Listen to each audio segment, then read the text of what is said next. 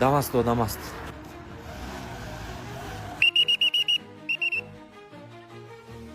Ostanovkaga любой odam to'xtab, odam tushirib chiqarishi mumkin.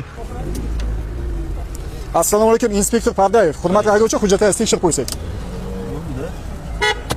Qoida buzmadingmi? Yo'q, qoida buzganingiz yo'q, hujjat tekshirish uchun to'xtatdim. Ha, mayli. Mana hurmatli haydovchi, hujjatlaringiz joyida ekan. Agar mumkin bo'lsa, 1 minut vaqtingiz olsam, sizga bitta savol bermoqchi edim. Mayli, bemalol. Mashina o'chirib bo'lmasa. Xo'p, mana hozir siz bekat hududida to'xtab, odam tushirdingiz. Siz taksi emassiz, avtobus ham emassiz. Shu mana shu bekat hududida to'xtashingiz, odam tushirish uchun. Shu to'g'rimi, yo'qmi? Shunga o'zingiz nima deysiz? Xo'p, komandir, yo'l harakati qoidalarining 91-bandida yozib qo'yibdi. Avtobus bekatlariga 15 metr yetmay, 15 metr o'tib to'xtash mumkin emas. To'ppa-to'g'ri. Lekin 91-bandida istisno holati ham bor. Qanaqa ekan? Ya'ni yo'lovchi tushirish va chiqarish uchun.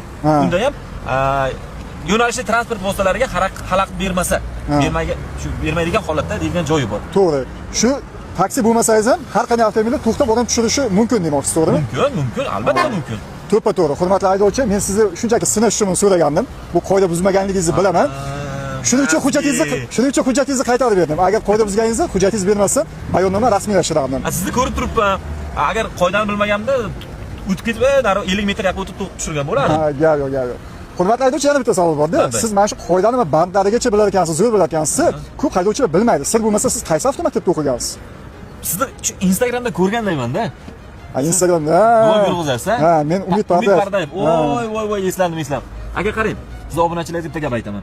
Qanaqa gap ekan? Bemalol. Ko'p haydovchilar o'ylaydiki, ostanovkaga bizni to'xtab, odam tushirib yoki chiqarishimiz mumkin emas deb o'ylaydi-da. Shuning uchun ostanovkada tanish kutib turgan bo'lsa ham, uni olish uchun ostanovkadan o'tib to'xtaydi. Yo'q, azizlar, ostanovkaga любой odam to'xtab, odam tushirib chiqarishi mumkin. Taksi bo'lasizmi, taksi bo'lmaysizmi, inomarkada bo'lasizmi, oddiy Damas'da bo'lasizmi, farqi yo'q. Любой odam haqqi bor. Faqatgina yo'nalishli transport vositalariga xalaqit berib qo'ymasligingiz kerak. Ya'ni shunday qaraysiz, avtobus yo'qmi, shunday to'xtab, mindirib, shunday to'xtab tushirib ketishingiz mumkin. Keyin boya savolingizga javob beraman. Qayerda o'rgangansiz deb? Shuni aytib o'tib keting-da, meni ham qiziq bu. Qanday, qaysi avtomaktab sizga bunaqa zo'r o'rgatdi ekan? 01 tushganimga keyin mana 1 oy bo'ldi, pravomni qaytarib oldim. Ha. Testdan bir 5 marta yiqildim. Oltin Samarqand oldida avtotestga tayyorlov kurslari bor. Avto GPT test. Oltin Samarqand qaysi tomonda? Oltin Samarqanddan 6-qamonga ketishda где-то bir 150 metr yurasizda. Bo'ldi. Ko'rganman. Avtotest bor. Ana shu yerda o'rgandim. Zo'r o'rgatarkan ekan. Kim agar sizda ham bironta tanishlaringiz bo'lsa, 01 uchun pravosini ola olmaydigan bo'lsa yoki avtomaktab bitirib testdan o'ta olmaydigan bo'lsa, Avto GPT testga murojaat qilsin. Bo'ldi.